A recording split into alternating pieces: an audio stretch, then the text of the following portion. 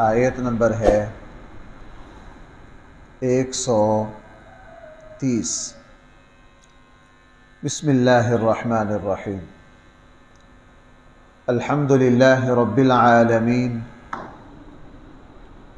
والصلاة والسلام علی سید الانبیاء والمرسلین،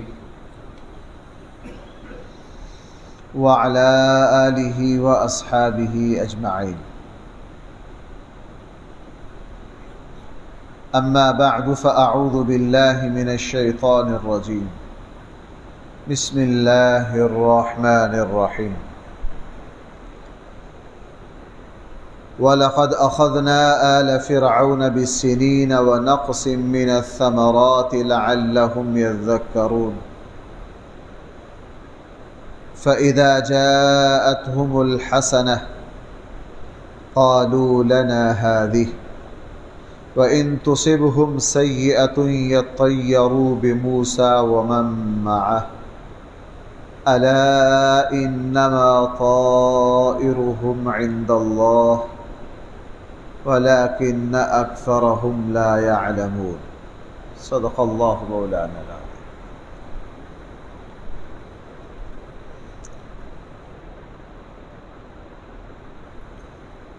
تقریباً 2-3 رکوع پہلے قرآن کریم نے اللہ تعالیٰ کی طرف سے کسی قوم پر عذاب آنے کا ایک اصول یہ بیان کیا تھا کہ جب کوئی قوم حد سے تجاوز کرتی ہے، زمین پر فساد مچاتی ہے، اللہ اور اللہ کے نمائندوں کے ساتھ بغاوت کرتی ہے، اور وہ اللہ کی نافرمانی میں تمام حدود کو پامال کرتی ہے، تو اللہ جل جلالہ اس کو سنبھلنے کا موقع دیتے، کچھ حالات بھیجتے ہیں تاکہ یہ لوگ اگر سمجھنا چاہتے ہیں سمجھ جائیں۔ وہ حالات اس طرح آتے ہیں کہ اللہ جل جلالہ ان پر کچھ پریشانیاں اور مصیبتوں کو بھیجتے ہیں، بالبأساء والضراء۔ قرآن کریم نے ارشاد فرمایا ہم ان پر پریشانیاں اور مصیبتیں بھیجتے ہیں، جسمانی بیماریاں اور مالی نقصانات ان کے ہوتے ہیں۔ کیوں اللہ ایسا کیوں کرتے ہیں؟ انسان میں عاجزی پیدا کرنے کے لیے، وہ صلاحیت پیدا کرنے کے لیے کہ یہ اپنی زندگی پر نظر ڈالے اور اپنی ان حرکتوں سے باز آئے۔ اس کے لیے ضروری ہے کہ اس پر مصیبتیں اور پریشانیاں بھیجی جائیں۔ اس کا ایک پیریڈ ہوتا ہے۔ اللہ جل جلالہ جب دیکھتے ہیں کہ پریشانیوں پر پریشانیاں آ رہی ہیں، لیکن یہ انسان، یہ قوم، یہ معاشرہ واپس پلٹنے کا نام نہیں لے رہا، اپنی حرکتوں سے باز نہیں آ رہا ہے، اور اپنی نالائقی، غفلت، نافرمانی، شرک، زمین پر فساد، ساری برائیاں اسی طرح جاری ہیں، اللہ جل جلالہ پھر وہ جو آزمائش ہوتی ہے نا تنگیوں کی شکل میں، اللہ تعالیٰ اس کو پھر مالی وسعت، آرام، سکون، مالداری میں تبدیل کر دیتے ہیں۔ اس کے اوپر پھر خوب نعمتوں کی بارش ہوتی ہے، اور یہ بندہ لوگوں کو کہہ رہا ہوتا ہے یار دیکھو کچھ سال پہلے میں پریشانی میں تھا، یہ قوم کہہ رہی ہوتی ہے کچھ سال پہلے ہم مصیبت میں تھے، اب دیکھیے ہمارے اوپر کتنا بہترین زمانہ آ گیا ہے، حالات آ گئے ہیں، ہر چیز ایک سے بڑھ کر ایک ہے، کوئی پریشانی والی بات نہیں، یہ نرم گرم دنیا میں چلتا رہتا ہے، ہمارے باپ دادوں پر بھی اسی طرح تھا، کچھ دن اچھے ہوتے ہیں کچھ دن برے ہوتے ہیں، یہ زمین پر چلتا رہتا ہے۔ بس وہ زیادہ سے زیادہ اتنا کہتے ہیں کہ یہ ایک روٹین ہے، ایک فطرت ہے، ایسا ہوتا رہتا ہے، ہمارے بڑوں کے ساتھ بھی ہوا ہے، وہ پھر اپنی موج مستی میں دن رات ڈوبے رہتے ہیں اور کھیلتے رہتے ہیں، قرآن کریم نے ارشاد فرمایا ہم پھر اچانک ان کو پکڑتے ہیں اور پھر ان کو سنبھلنے کا موقع نہیں دیتے۔ اور جو ایمان والے ہوتے ہیں ان پر جب پریشانی آتی ہے وہ فوراً سنبھلتے ہیں، بریک لگاتے ہیں، او پیچھے مجھ سے کیا ہو گیا، اپنی زندگی پر نظر ڈالتے ہیں، محاسبہ کرتے ہیں، احتساب کرتے ہیں، جو کمی کوتاہی ان کو سمجھ آتی ہے اس کو دور کرنے کی کوشش کرتے ہیں، اللہ سے معافی مانگتے ہیں، اللہ جل جلالہ پھر ان کی آزمائش کو ٹال دیتے ہیں۔ اسی اصول کے تحت یہاں فرعون اور اس کی قوم، آپ نے پچھلے رکوع میں دیکھا کہ موسیٰ علیہ السلام کے ساتھ مقابلہ کیا، موسیٰ علیہ السلام کو جادوگر کہا، اسے یہ کہا کہ تیرا مقصد ہمارے ملک پر قبضہ کرنا ہے، تو حکومت چاہتا ہے، اقتدار چاہتا ہے، ہم سے حسد رکھتا ہے، تیرا مقصد فساد مچانا ہے، طرح طرح کی باتیں موسیٰ علیہ السلام سے کہیں۔ اور موسیٰ علیہ السلام کو پھر ایک وقت دے دیا کہ ذرا تم بڑے جادوگر بنے پھرتے ہو، آؤ فلاں وقت مقابلہ کرو۔ پورے مصر کے چن کے جادوگر سامنے لائے، جادوگروں نے اپنا جادو دکھایا، موسیٰ علیہ السلام کو اللہ تعالیٰ نے جو معجزہ دیا تھا وہ معجزہ بھی میدان میں اترا، انہوں نے ساری جادوگروں کے فن کو خاک میں ملا دیا، اور جادوگر سمجھ گئے، اللہ کے سامنے سجدہ ریز ہو گئے، موسیٰ علیہ السلام پر ایمان لے آئے۔ فرعون نے جو چال چلی تھی وہ الٹی پڑ گئی، اور فرعون نے پھر ان کو سزائیں دیں، لیکن جادوگر اپنی بات سے پھرے نہیں، ایمان پر پکا رہے۔ اور فرعون اور اس کی کابینہ نے یہ فیصلہ کیا، اندر سے تو ڈر گئے موسیٰ علیہ السلام سے کہ ان کو تھوڑی سی مہلت دو، اور دوسرا عذاب مصیبت یہ مسلط کر دی، یہ آزمائش ان پر مسلط کر دی کہ دوبارہ آرڈر جاری کر دیے کہ ان کے بچوں کو قتل کر دیا جائے اور ان کی بچیوں کو رکھا جائے۔ ساری قوم بلک اٹھی، موسیٰ علیہ السلام سے یہ کہا آپ کے آنے سے پہلے بھی ہمارے ساتھ یہ ہو رہا تھا، اور آپ کے آنے کے بعد بھی ہمارے ساتھ یہ ہو رہا ہے۔ موسیٰ علیہ السلام نے کہا ذرا صبر کرو اور اللہ کے حکم پر جمے رہو، دیکھیے اللہ تعالیٰ کی مدد کس طرح آتی ہے۔ جب حالات یہاں پہنچے پھر اللہ تعالیٰ کی طرف سے اس قوم پر عذاب شروع ہوا تاکہ سنبھل جائے۔ اللہ تعالیٰ نے ان پر قحط بھیجا، قحط سالی، بارشیں رک گئی، فصلیں تباہ ہو گئی۔ قرآن خود کہہ رہا ہم نے ایسا کیوں کیا، لعلہم یذکرون، تاکہ یہ نصیحت حاصل کریں، وہی ان میں عاجزی پیدا ہو۔ لیکن فرعون اور اس کی پوری قوم جو تھی وہ نشے میں ایسی مست تھی، انہوں نے کوئی اثر نہیں لیا، بس اتنا اثر لیا، موسیٰ علیہ السلام سے یہ کہا موسیٰ آپ اپنے رب سے، یہاں الفاظ ہیں ترجمے میں آئیں گے، موسیٰ علیہ السلام سے کیا کہا، کس سے؟ یہ نہیں کہا آپ اپنے اور ہمارے رب سے درخواست کیجئے نا، موسیٰ سے کہا موسیٰ تیرے رب سے، جا اپنے رب کو۔ اس میں ایک تعریض تھی کہ تیرا خدا اور ہے اور ہمارا، کہا موسیٰ اپنے رب سے کیا ہے، یہ قحط سالی جو ہے ہماری فصلیں ہر چیز تباہ ہو گئی ہے، ہم تیرے اوپر ایمان بھی لائیں گے، سارا کچھ جو تو کہہ رہا ہے ویسا کریں گے، اپنے رب کو کہہ ہمارے یہ مصیبت ٹال دے۔ اور انبیاء علیہ السلام نرم دل ہوتے ہیں، حضرت موسیٰ نے دعا کر دی، بارشیں شروع ہو گئیں، حالات پلٹ گئے، پھر وہی فرعونیت دوبارہ آ گئی، وہی غرور، وہی باتیں۔ اللہ تعالیٰ کی طرف سے پھر دوسرا عذاب آیا، اللہ تعالیٰ کی طرف سے دوسرا عذاب آیا، اللہ تعالیٰ کی طرف سے عذاب ان پر پھر یہ آیا کہ اللہ تعالیٰ کی طرف سے طوفان آیا، جس طرح ہمارے یہاں طوفانی بارشوں کا سلسلہ چل رہا ہے۔ اگرچہ ہمارے یہاں بھائی طرح طرح کی بحثیں چل رہی ہیں، کچھ لوگ مصر ہیں کہ جی یہ عذاب ہے، مجھے ایسے لوگوں کے ساتھ بھی واسطہ پڑ رہا ہے، بلکہ ایک دو دن پہلے میں سیالکوٹ ایک پروگرام میں تھا، انہوں نے گھنٹہ سوا گھنٹہ زور ہی اس پر لگایا کہ یہ اللہ کا عذاب ہے۔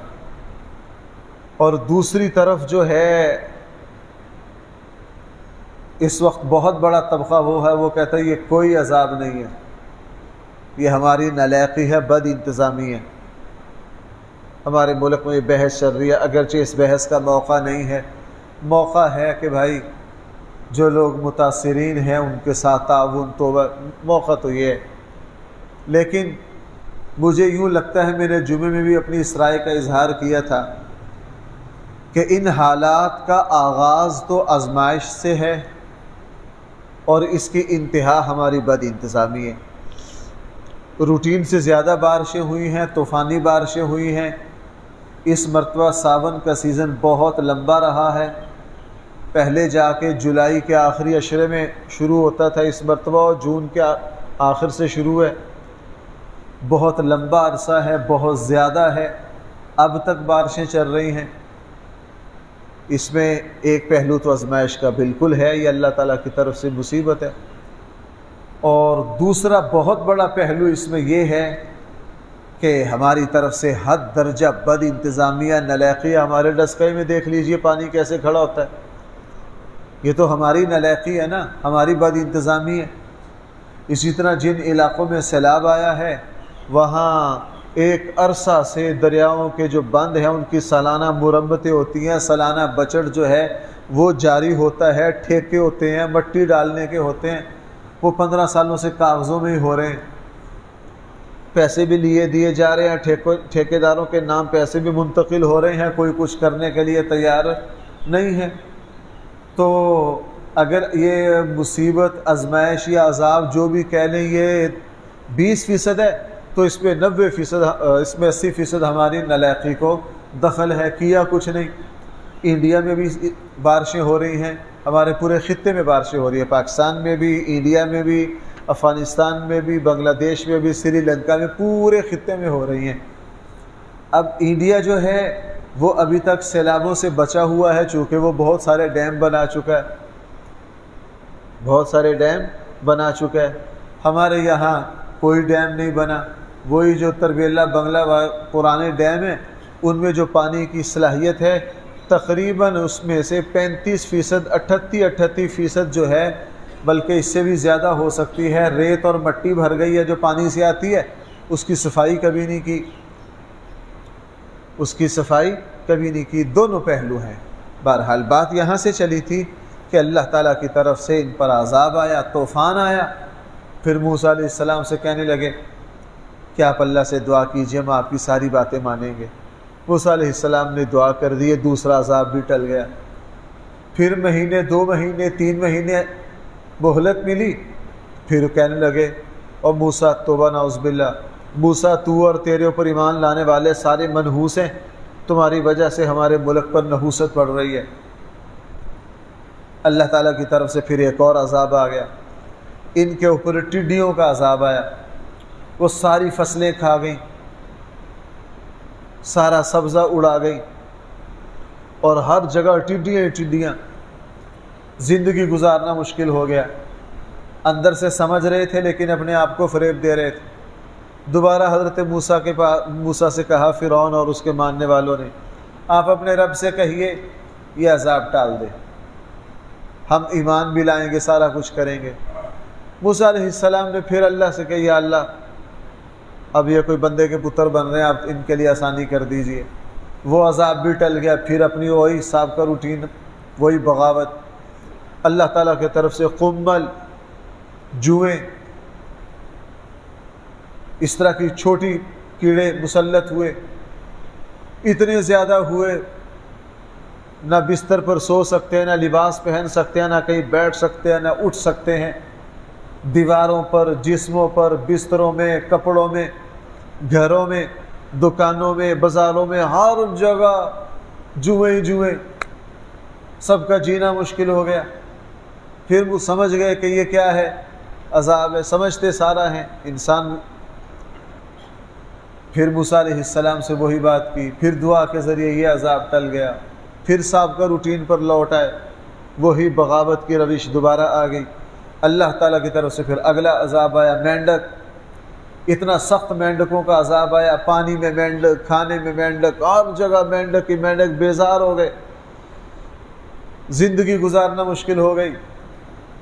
پھر وہی موسیٰ علیہ السلام سے فرمائش کی، پھر یہ عذاب ٹل گیا۔ اس کے بعد خون کا عذاب آ گیا۔ بعض لوگ مفسرین کی رائے ہے خون سے مراد نکسیر ہے، کہ ہر دوسرے بندے کو نکسیر پھوٹ جاتی، بعض نے کہا آسمان سے ویسے ہی خون کے چھینٹے برستے، جو بھی شکل تھی، قرآن نے صرف الدم کے لفظ استعمال کیے ہیں، وہ بہت زیادہ سمجھ گئے کہ یہ انسانی روٹین نہیں ہو سکتی۔ قرآن کہہ رہا آیات مفصلات، اس سے واضح نشانیاں اور کیا ہو، لیکن پھر بھی نہیں مانے۔ مکہ والوں کا طوطی بولتا تھا پورے عرب میں، اللہ تعالیٰ نے بدر میں شکست دی، تصور ہی نہیں تھا کہ وہ مدینہ چھوٹے سے گاؤں سے شکست کھا جائیں گے، نہیں سنبھلے۔ بدر سے جانے کے بعد توبہ تو کیا کرنی ہے، بدر جانے کے بعد قسمیں کھائیں، بیت اللہ کا غلاف پکڑ کے جی غسل نہیں کریں گے، کسی ناچنے والی راقصہ کو نہیں بلا، وہ رقص نہیں کروائیں گے، شراب نہیں پئیں گے، جشن نہیں منائیں گے۔ اور پورے مکہ نے کہا جی جناب پورے مکہ کی سالانہ جتنی آمدن ہے وہ کسی کو نہیں ملے گی، جو گھروں میں موجود ہے اس سے گزارا کرو۔ پورا مکہ کا سرمایہ مدینہ کے خلاف خرچ کریں گے۔ احد میں آ گئے، اللہ تعالیٰ کی طرف سے قحط پڑا مکہ والوں پر، مکہ والوں پر 2-3 سال اتنا شدید قحط پڑا کہ مردار کھانے تک مجبور ہو گئے، ایمان نہیں لائے۔ مکہ والوں نے ایک وفد بھیجا مدینہ کے، جاؤ اللہ کے نبی سے دعا کروا کے آؤ۔ نالائقی دیکھے، اللہ کے نبی سے کیا کروا کے آؤ؟ دعا کروا کے آؤ۔ اللہ کے نبی سے دعا کی، اور پتہ کیا واسطے دیے؟ جب دعا کے لیے فرمائش کی ہے اللہ کے حبیب ہم آپ کی قوم ہیں، آپ کا اور ہمارا نسب ایک ہے، آپ اپنی قوم پر مہربان ہیں، دعا کر دیجئے۔ اور میں نے بار بار عرض کیا نبی باپ کی طرح مہربان ہوتا ہے۔ حضور نے دعا کر دی، قحط چلا گیا، پھر وہی کچھ، پھر اللہ نے مکہ کی جتنی چدراہٹ تھی وہ ساری نکال دی۔ بھائی میری بات سمجھ پا رہے ہیں؟ چونکہ ہمارے دائیں بائیں بھی ایسے حالات چل رہے ہیں، میں اس لیے تفصیل سے عرض کر رہا ہوں، مجھے اور آپ ہمارے ملک میں بھی یہی سود چل رہا ہے، چلائی جا رہے ہیں، اللہ تعالیٰ کی طرف سے جھٹکے آ رہے ہیں، کبھی IMF کے دروازے پر، کبھی فلاں کے دروازے پر، کیا مجال ہے باز آ جائیں۔ ہمارے یہاں دیکھ لیجئے دودھ کے نام پر پوری قوم کو پتہ نہیں کون کون سے پاؤڈر پلا رہے ہیں۔ ہمارے یہاں ادویات، وہ ڈاکٹر حضرات جو اس میدان کو جانتے ہیں وہ بتاتے ہیں جی اب 2 نمبر نہیں، اب تو 3 نمبر بھی ہے، 4 بھی ہے، 5 بھی ہے، 6 بھی ہے، 7 بھی ہے۔ ہمارے یہاں اموات ہو رہی ہیں۔ میرے ایک بڑے اچھے دوست ہیں، تو ان کی کرائے کی دکانوں میں ایک ڈاکٹر صاحب رہتے ہیں، اس کے ڈاکٹر صاحب پر بڑے احسانات ہیں۔ کہنے لگے میری والدہ بیمار ہوئی، میں اس کے پاس گیا، چونکہ میں نے ہی اس کو کاروبار میں کھڑا کیا، اس کو دکان اب بھی اس سے قاضیرانہ ہے۔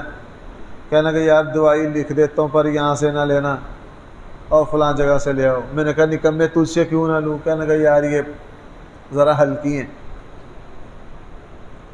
ذرا کیا ہے، اس کی مہربانی کو خوف خدا ہوگا۔ بعد میں پتہ کیا جناب اتنی ہلکیاں پتہ نہیں ہے کون سا نمبر آتا ہے۔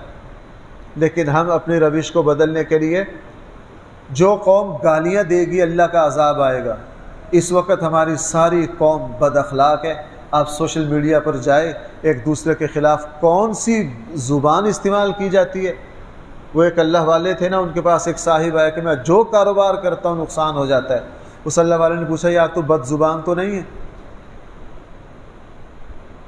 شریف آدمی ہوں گے، آج تو ہم مانتے بھی نہیں ہیں نا کر کے۔ اس نے کہا جی یہ کوتاہی ہے۔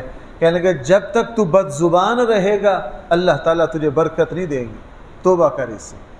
آپ دیکھ لیجئے ہماری زندگی میں جو بندہ بد زبان ہوگا نا، وہ کہیں اولاد سے کہیں کاروبار سے پریشان ہوگا۔ ہمارے سوشل میڈیا پر جا کر دیکھو، من حیث القوم ہمیں وہ کہتے ہیں نا، بندہ پریشان ہو جاتا کہ یار یہ قوم جائے گی کہاں، اس کے ہاں تو گالیاں اور اس کے سوا کوئی بات ہی نہیں، گالیاں اور اس کے سوا کوئی۔ اللہ تعالی ہم سب کو صحیح سمجھ عطا فرمائے۔ یہ سلسلہ کلام چل رہا ہے، انشاءاللہ کل یہاں سے دوبارہ چلیں۔ الحمدللہ رب العالمین والصلاة والسلام علی سید الانبیاء والمرسلین وعلی آلہ واصحابہ اجمعین۔ ربنا آتنا فی الدنیا